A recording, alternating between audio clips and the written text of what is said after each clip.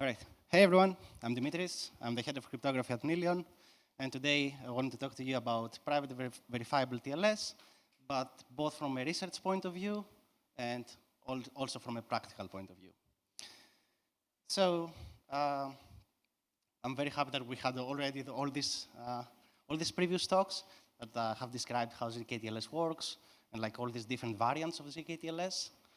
I'll do my very brief introduction. So I like to think of it in this model of having a prover or the user in the middle, a server on the left-hand side, and then the verifier on the right-hand side. We have an MPC phase and a TLS phase. Sometimes this is like the same thing because the prover and the verifier essentially share the TLS session. And then at the end, the prover decides what to disclose or what to prove to the verifier, and the verifier can either accept or reject the proof.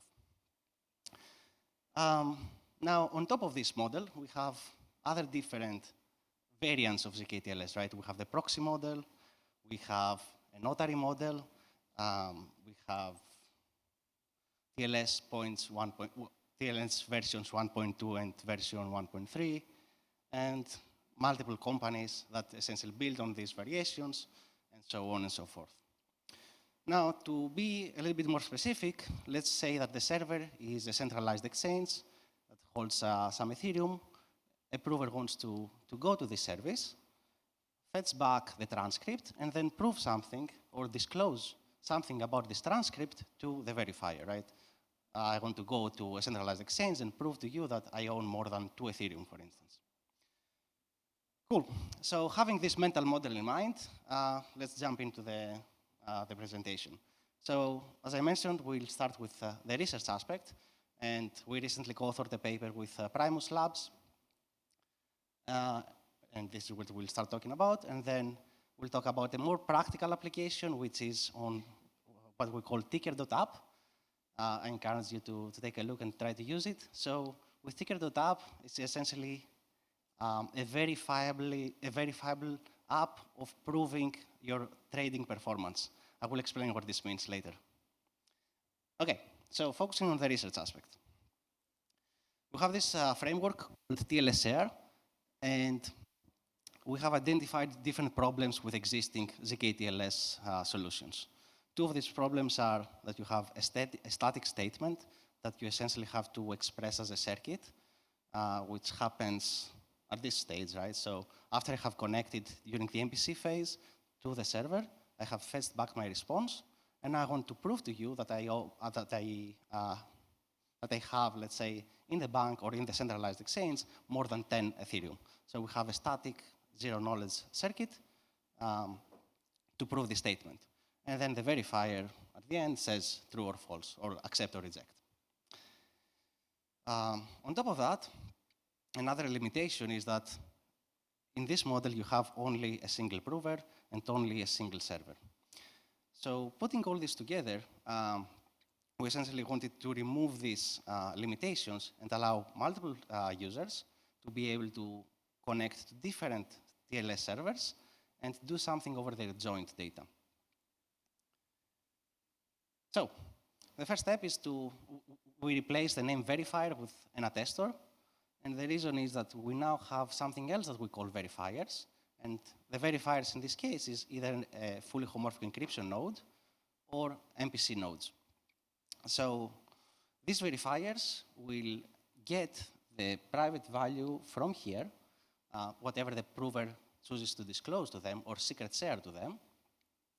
And now, in the first version of the FHE, fully homomorphic encryption, essentially the prover FHE encrypts the sensitive data and sends it to this server along with a proof of provenance.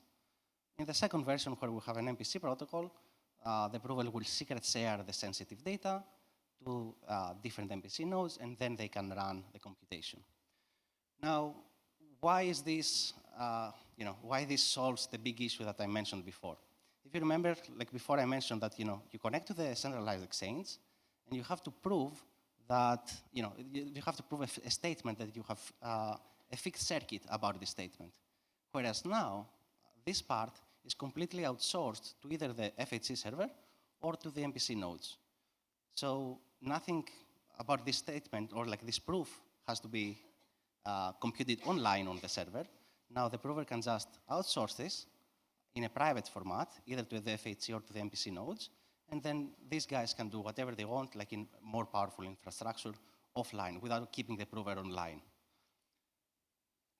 Okay, yeah, and this is the part that essentially the FHC and the MPC can run any computation.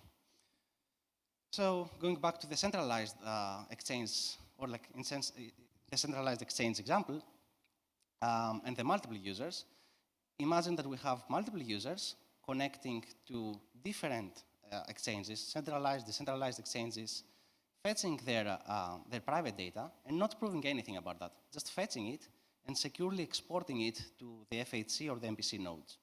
And now the FHC or the MPC nodes, depending on the protocol that you want to choose, can decide what to do with the data. In a very naive example, right? Like I can own asset in Binance, in PancakeSwap, and like other exchanges, and I want to prove a statement about all my assets. Instead of doing different proofs about each different TLS server, I want to take everything together in a private format such that the verifier cannot see like the individual assets that I have, import it into a secure computation server, and then run the circuit of, all the aggregated assets together are greater than a threshold directly on the joint assets. And this can also extrapolate to multiple users, because the circuit that we can do here, essentially we don't have any limitation on what we can run under MPC or FHC. I won't delve into details about how the protocol works. In general, we have 3 protocols in the paper. 2 focus on FHC with some benefits on when to choose one or the other, and 1 focusing on MPC. And yeah, this is the paper. Like, I'm happy to talk about it more if you're interested in that. So now, having this mental model in mind of what we want to achieve, I'll focus on the more practical side, which is called tickr.app.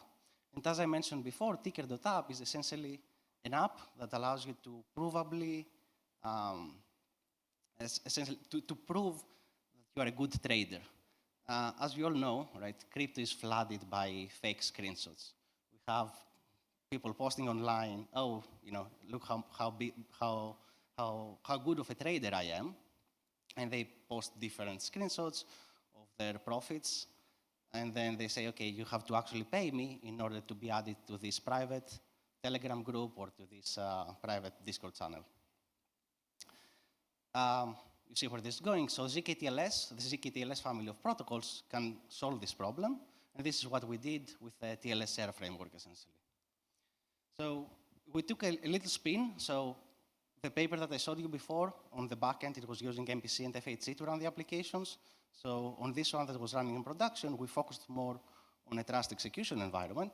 So instead of secret sharing to MPC nodes or FHC, so we essentially run the verifier here inside the trust execution environment, and you can connect to an exchange, fetch your trading performance, and inside the TE, everything stays private, but then the TE has the application logic to disclose whatever the screenshots are disclosing, like how good someone trades.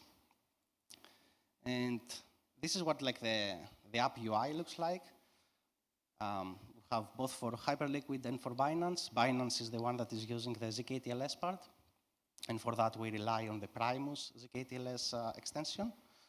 And yeah, what this essentially what this has here, like you can see the PNL, which is computed directly on the TE without revealing like, what assets someone has. And also the TE is storing the state and everything else that is needed. And here's like a quick demo of how this works. So you go to Binance.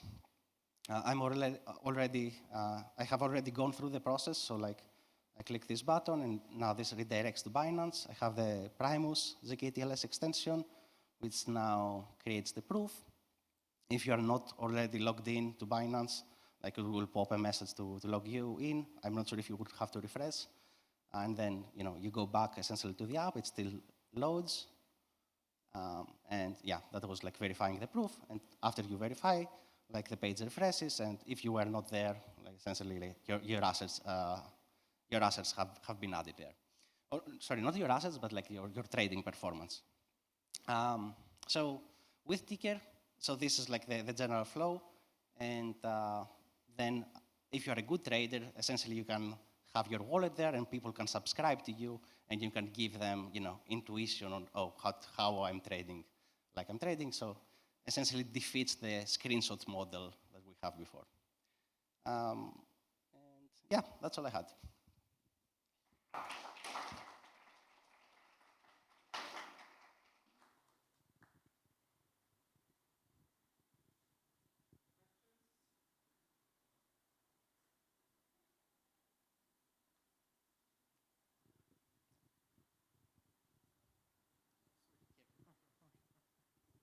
Great presentation, Dimitris. So, like, you're gonna be targeting like this is a question I have, like the traders that open up these groups.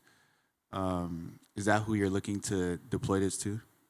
The traders that do what, sorry? That open up these groups, the guys that post the P&Ls and then say like, join my group, pay $10 a month for X amount of trades. Yeah, so the very high level idea is, right, you can very easily edit a screenshot, or you can even now like use ChatGPT to create one for you that's fake. Exactly. So as a user, you don't need to trust this. If the trader is actually, is actually very good, they don't need the screenshot. They can actually go through the platform. They can use zkTLS to prove how well they are performing. The P&L will be displayed there. And then as a user, you can subscribe to events posted by these traders. And essentially these events will say, I believe that this will happen in the next month. You can do that. And if they put their mouth where their money is as well, like their followers, quote unquote, that have subscribed to their events, like will also follow similar trading patterns. Makes sense. Thank you.